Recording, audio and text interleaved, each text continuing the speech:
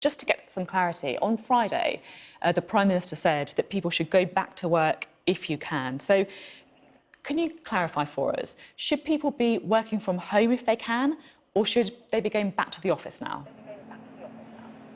We want to see more people back at work, on the shop floor, in the office, wherever they can be. Of course, in some cases it's appropriate and convenient for people to work from home, but we want to make sure that where people can add value, where the economy can benefit from people being at work, that they are at work. We want to make sure that the economic engines of this country are fired up again, and that's why the Chancellor made the series of announcements that he made earlier this week in order to make sure that we're in a position to be able to provide people with safety and security at work, to protect their jobs and to guarantee jobs in the future.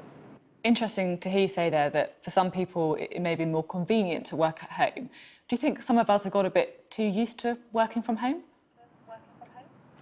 No, I think that working from home, of course, has been, for many people, an absolute requirement during the pandemic. But there are certain jobs, of course, where it's impossible to work from home. You have to be on the shop floor in order to be able to be part of the productive economy and to enjoy your work. But I think that one of the things the pandemic has also taught us is that there are some roles which can be performed effectively from home. The way in which a number of social media apps and other devices have enabled us to work from home means that we can rethink work in certain ways. And I know, for example, that within the civil service, we will increasingly be using some of the technology that we've used during the pandemic to think not just about enabling people to work from home, but also enabling people to work in areas other than London. One of the things that we want to do is to make sure that we distribute the range of civil service jobs and responsibilities more equitably across the whole United Kingdom. So the reports that you're thinking about moving some of the civil servants to York are correct then? Well, York is not the only place where we can redeploy some of the essential decision makers who form part of our brilliant civil service. We're looking at different locations across the United Kingdom. It's already the case that there are civil servants, for example, in the Department for International Development in Scotland, and of course a significant number of civil servants from the Department for Transport in Wales. But we wanted to make sure that across our whole United Kingdom, the power of the UK government, its capacity to make a difference for the better, is felt by everyone. So we'll be saying more in coming months about how we can ensure that jobs and investment and opportunity are spread more equally across the whole UK. OK, pretty clear from your answer so far that the government is trying to get more people back to work, more people shopping, more people eating out to help out. But of course, people aren't going to do that unless they feel that it's safe to do so. And I have to say, the R number that we were told was so important is still as high as 1 in pretty much every region of England. We've seen Leicester having to go into lockdown again because of a spike in cases. The test and trace system seems to be reaching fewer people every week. I mean, you can see why people feel that actually it might be safer to stay at home. Well, of course, you raise a number of issues there. I'd say several things. The first is that we have an evolving set of facts about the spread of this virus, which enable us to take a more sophisticated approach with every week that passes in dealing with it. So if there are examples, and you mentioned Leicester as the most conspicuous, where we see a spike where testing numbers show that the rate of infection is rising, then we can take appropriate local action to lock that down. And that inevitable restriction on freedom for people in Leicester does mean that freedoms for others elsewhere can be maintained. You're also right as well that mask wearing in appropriate circumstances, indoors, whether that's of course on public transport or in retail, that can help protect others if you may be asymptomatic but capable of spreading the infection. Taken together, we also have a test, track and trace system of increasing sophistication. We're better able to focus our tests on those who need it, and also better able to trace the contacts of those who have been infected. And well over 100,000 people have been traced in order to ensure that they do self-isolate to limit the spread of the infection. Although the concern is that the numbers seem to be going down. So last week, for example, 2,500 people who tested positive provided details for close contacts, leading to just over 10,000 being reached. That's down from the previous week when 16,000 contacts were reached. Is it really a system we can have confidence in? Yes, it absolutely is. There are a number of challenges, of course, in making sure that we reach those people who've been in contact with those who test positive. And there are some specific factors which mean that in certain areas, making sure that we can make contact is more challenging. But the wonderful team in charge of this, headed by Dido Harding, have been doing great work in order to refine how the system works, and in order to make sure that if we do notice a spike in infection in any part of the United Kingdom, that we can deal effectively with it. And there are a number of factors which are being discussed and looked at the moment, which suggest that there are certain parts of the country, there are certain factors on the ground that may influence the spread of infection. And of course, we are building up a better picture all the time of what those factors are so that we can respond more appropriately. OK, talking about building up a better picture on testing, Sky News revealed this week that at the height of the pandemic, the government said that the number of people that the government said had been tested for COVID-19 was not actually correct. So on the 21st of May, government slides at the Daily Press Conference said that over 2 million people had been tested.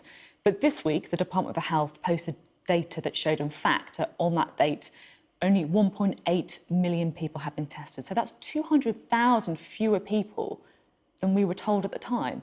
Will you apologise for misleading the public? I'm sorry, Sophie, I didn't quite hear that question because of some background noise. Could you repeat it for me, please? It's Sky News revealed this week that at the height of the pandemic, the government overstated the number of people who had tested positive for COVID-19 by 200,000. Who have been tested for COVID-19, sorry, by over 200,000. Will you apologise for misleading the public? I'm not aware of that report. OK, well, it's the 21st of May, government slides at the Daily Press Conference said 2 million people had been tested. This week, the Department of Health posted data that showed that, in fact, on the 21st of May, 1.8 million people had been tested. So that's 200,000 people who you said had been tested for COVID-19 that actually hadn't. Will you apologise for misleading the public? No, I certainly haven't misled anyone. It is the case, of course, that the Department of Health will be responsible for consistently correcting any figures, but I'm completely unfamiliar with this story. So, again, I'm very happy to investigate and to look at the source of the original figures and then the source of the revised figures and to explain any discrepancy. But I'm afraid I was unaware of this matter until you mentioned it. Is it something that you will be looking into to try and get more information on? Well, now that you've mentioned it, I will, of course, check, absolutely. Again, one of the things that has happened throughout this crisis is that sometimes, I'm not suggesting that's the case here, people have been comparing apples with pears. So if you look, for example, at the instance of the disease that has been revealed through testing, and then if you look at the instance of the disease that has been estimated by official statisticians, they're obviously different things. There's a relationship between them. Now, here you're talking about testing numbers. I'd have to look at the figures, because as we know, there have been different types of tests carried out. I don't know whether or not the original figure referred to Pillar 1 and Pillar 2 tests and other tests, and the subsequent figure refers only to Pillar 2. I'd have to look at that and then, of course, come back to you. OK, well, I look forward to that response in that case. I just want to move on to face masks, because it does feel as if, if you go to the high street, as we're being urged to do, there's an awful lot of people still not wearing face masks in restaurants, in bars and in shops as well. Does that need to change? Should it become mandatory to wear a face mask or a face covering in a shop, as it is in Scotland? I think we should do everything we can to encourage people and to support people to wear face masks in enclosed places, particularly shops. And I think it will be the case that government will be able to help in that regard. We're investing in significantly increasing the capacity to manufacture face masks in the UK. My colleague in the Cabinet Office, Theodore Agnew, has been leading a drive to ensure that we have face mask manufacturing ability, which is based in Wales and in Burnley, and that will make it easier for all of us to wear face masks as appropriate. I just wonder if actually people need to be more than encouraged to wear face masks, because the message on this has been, frankly, all over the place. The latest YouGov data shows only 36% of us are wearing a face mask in public places. Compare that to 90% in Singapore, 83% in Italy, 78% in France, 65% in Germany. And it's not that surprising when until recently, the government ministers and scientists have been telling us that actually, frankly, they don't that much difference.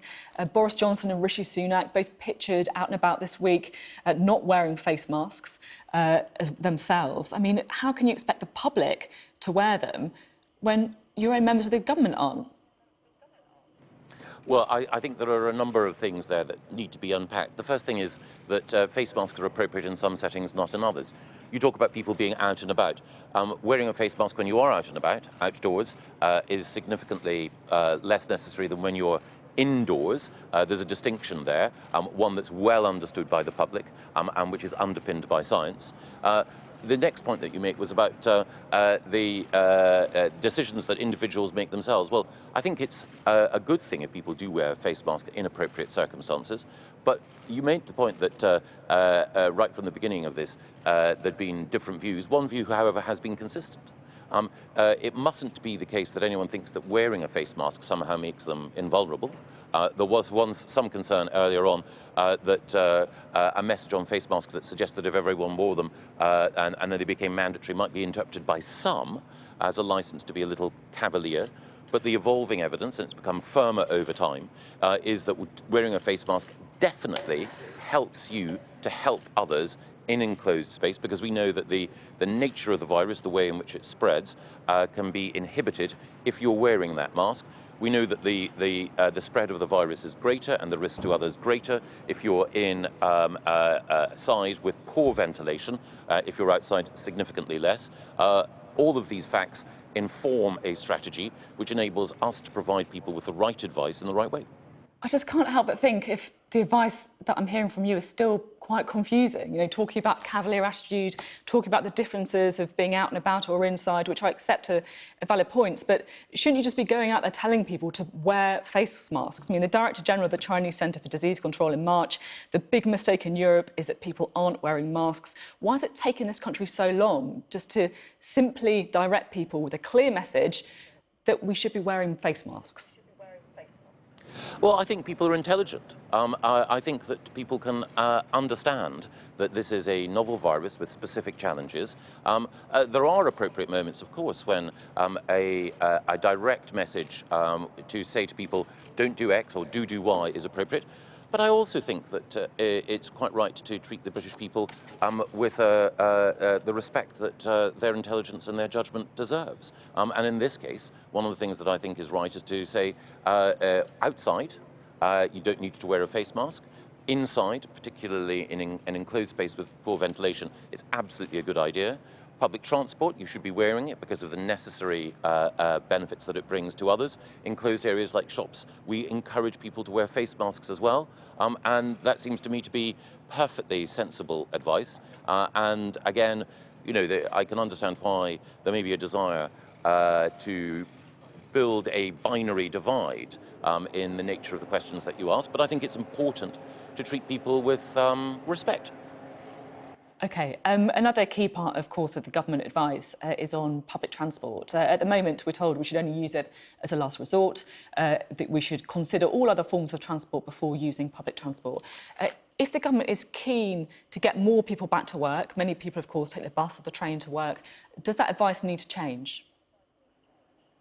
Well, we always keep all advice under review, but I think it's important that if people can get to work by using other means, they should. And we want to encourage people, particularly as the weather improves, to walk and cycle wherever possible. But sometimes, particularly in major urban areas, public transport is the only way in which people get to work. That's why we want people to use public transport safely, which is why, of course, the wearing of masks on public transport is important.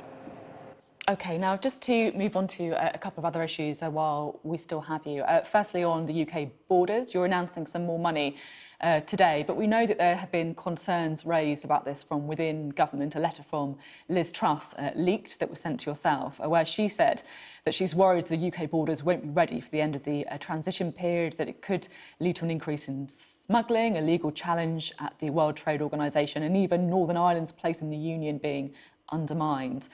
Can you guarantee that our borders will be ready by the 1st of January?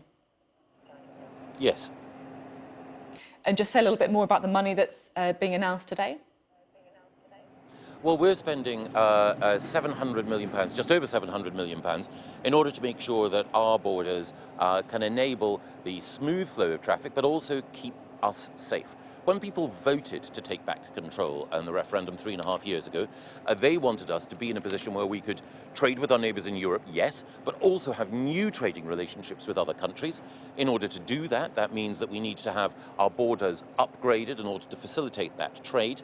It's also the case that we want to make sure that we can have tough and secure borders to deal with organised crime and other security threats, and that's one of the reasons why we're investing in more border force personnel. The technology that we're investing in today will make it easier for people to do business and also fulfil the promise of taking back control which people voted for. So given all that then, are you a little bit irritated by Liz Truss? Have you replied to her letter? I love Liz. Have you replied to the letter? Well, we don't comment on leaked documents, but Liz and I talk all the time. She's one of my bestest friends in Cabinet. OK, ringing endorsement there. Now, just finally, there are reports this morning that the government is preparing to formally announce a U-turn to actually block the Chinese telecoms firm Huawei from involvement in the UK's 5G network. Is that true? Well, I can't comment on that because these decisions are taken at the National Security Council, and I think it's vitally important that when these decisions are taken, that the first people to be informed afterwards, wherever possible, should be the House of Commons. I know that makes me a bit old-fashioned, wanting to keep this decision and discussion private and then have the House of Commons told afterwards, but that's the way I think things should be done.